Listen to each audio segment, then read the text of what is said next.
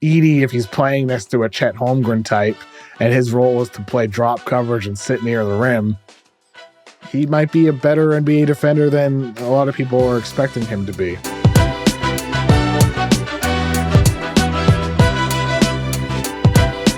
After the game, I posted how the Thunder should draft Zach Edey. I said the Thunder should draft Zach Edey, and because he addresses all those needs we just talked about. And the response to that was really interesting. I found Edey is a very, like, he's a hate him or love him prospect, right? So people are like, you're a dumbass, or they're like, Edey would be great. It'd be a perfect fit for the Thunder. But then what was interesting, I thought, was the Thunder side of things, where people were like, yes, this exactly fits their needs. They need rebounding. They need interior size. This adds a brand new wrinkle to everything that they do. But then the other side of it was, no, he doesn't fit who they are. He can't run with them. Okay. I mean, but what about the 2024-25 Thunder? What about the 25-26 Thunder? He can't run with the 23-24 Thunder, but what about future iterations of the Thunder? Do the Thunder continue with who they are, or do they add a brand new ingredient to add something new to what they can become in the future? Is what they've been this year the formula for their championship teams, or do they need to change a little bit of who they are based off of what they learned this year? To me, that's the question Sam Presti and that Thunder front office need to ask themselves. Do we want to continue being this, or do we need to change a little bit of who we are? Like, foundationally, as a franchise with your roster construct, it's not just about the players. It's also about who you are and how you play.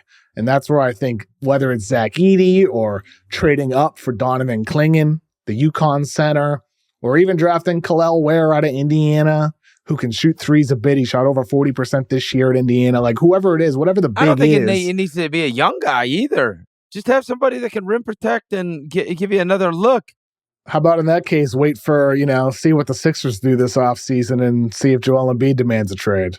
Well, you're talking wild, but like... Yeah, I am talking wild. But wild things have happened. But you see these other teams that are, the Hartensteins of the world and what happens with guys like him, the Clint Capellas of the world and what happens with guys like him. The Jared Allens. Capella's way past his prime, man. No, he's not. No, he's not. The Jared Allens of the world. Again, look, these guys are, whoever it is a role player. Mm-hmm. That's what they are. They're playing a role. So what's wrong with Edey, number 12? What's wrong with that? Because he's slower than hell. They just going to wait for him every time to get down the court with him? I think that's unfair to Edey. He is. You could win a foot race against him. No, I couldn't. Did you see him run? Neither could you. Neither can most people who listen to this podcast. You see this guy run? Looks ridiculous. Come on. The way the pace and space of the NBA is now? Nah, man. Not with a young team that flies up and down the court. So So you're not a believer in Edey as an NBA player? I think it could go. How many? He only posts up. Yeah, but yes, in college he only posted up. Okay.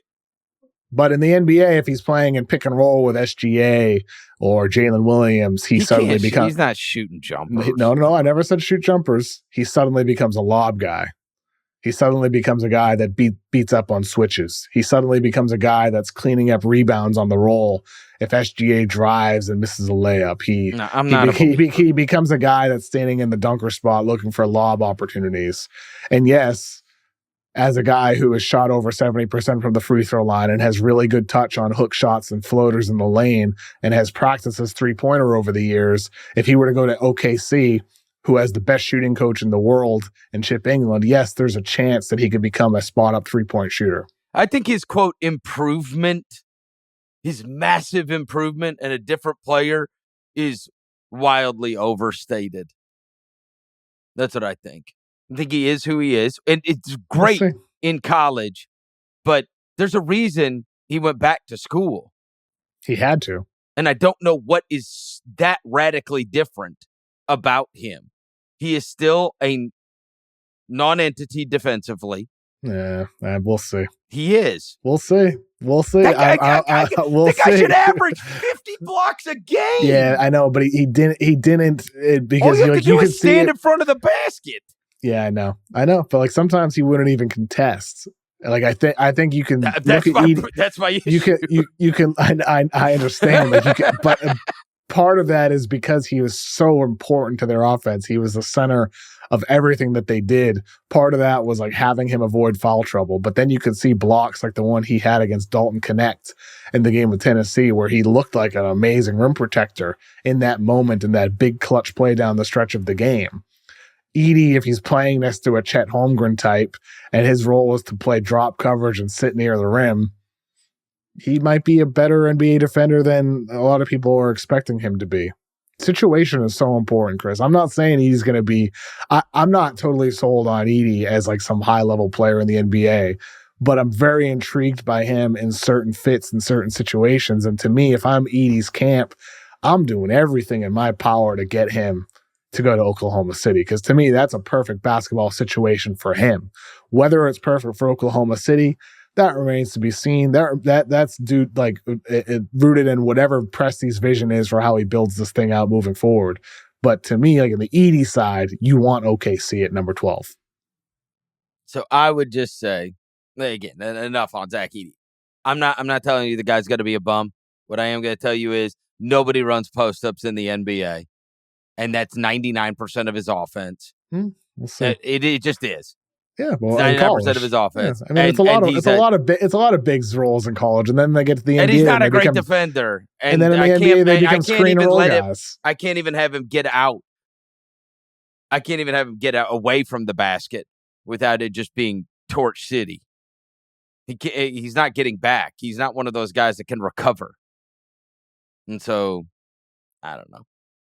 I think I can't wait. Edey's the guy I'm like most looking forward to seeing what he's like in the NBA. I can't wait.